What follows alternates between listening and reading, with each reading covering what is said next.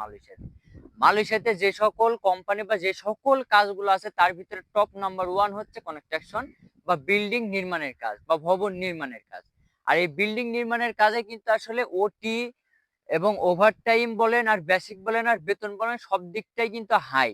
তার কারণ হচ্ছে কনস্ট্রাকশনের কাজে কিন্তু নির্দিষ্টভাবে কোনো কিন্তু ডিউটি ঠিক নাই। তার কারণ হচ্ছে কনস্ট্রাকশন কাজে কিন্তু আপনার সকাল ৮টা থেকে ডিউটি কিন্তু শুরু হয় এবং বেসিক কিন্তু মালয়েশিয়ার ল অনুযায়ী ৫টা পর্যন্ত। আর ৫টার পরে যখন আপনি যে কাজগুলো করবেন সেগুলো কিন্তু আপনার ওভারটাইম হিসাবে কিন্তু গণনা হয়। আর কনস্ট্রাকশনের কাজে কিন্তু পরিশ্রমটা যদিও বেশি হয়, রৌদ্রের ভিতরে যদিও কাজ করা লাগে, তারপরেও কিন্তু কনস্ট্রাকশন সাইডের কাজে কিন্তু প্রত্যেক ২ ঘন্টা পর পরই কিন্তু আসলে মিনিমাম টাইম বা রেস্ট টাইম কিন্তু দিয়ে থাকে। আপনি মনে করেন সাপোজ ৮টার দিকে ঢুকলেন, আপনি কিন্তু ১০টার দিকে কিন্তু মিনিমাম টাইম পাবেন।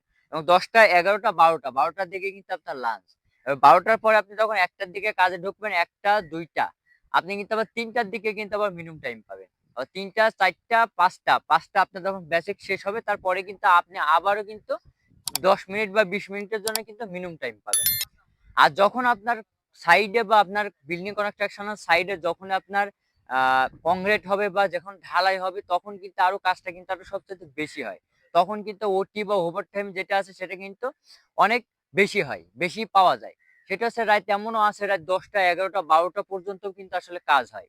এবং মালয়েশিয়াতে বিল্ডিং কনস্ট্রাকশন এর কাজে কিন্তু আসলে ছুটি যেগুলা থাকে পাবলিক হলিডে থাকে বা যেগুলা ছুটি থাকে সেই ছুটিতেও কিন্তু আসলে ডিউটি থাকে।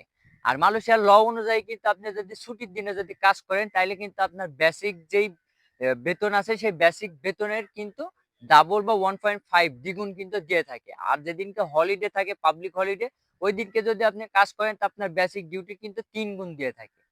তো মালয়েশিয়াতে অন্যান্য সকল কোম্পানি বলেন আর প্লান্টেশন সেক্টর বলেন আর রাবার বাগান বলেন আর কোম্পানিতে বলেন আর শপিং মল বলেন, এই যে সকল কাজগুলো আছে তার ভিতরে কিন্তু এই কনস্ট্রাকশন সাইডের ইনকামটা সবচাইতে বেশি। তো আপনি যদি এই ২০২৫ সালে যদি আপনি মনে করে থাকেন যে আপনি মালয়েশিয়াতে আসবেন বা আপনি যদি পরিশ্রম করতে পারেন বা আপনি যদি অধীর পরিশ্রম করতে পারেন বা বাংলাদেশে যদি আপনি বিল্ডিং কনস্ট্রাকশনের কাজ অর্থাৎ রাজমিস্ত্রির কাজ যদি আপনি বাংলাদেশে যদি করে থাকেন তাইলে কিন্তু এই ২০২৫ সালের এই নতুন কলিং ভিসাতে কিন্তু এই কনস্ট্রাকশন সাইডে কিন্তু আপনি আসতে পারেন। আসলে কিন্তু আপনি মান্থলি কিন্তু ৫ থেকে ৬,০০০ রিঙ্গিতও কিন্তু আপনি ইনকাম করতে পারবেন।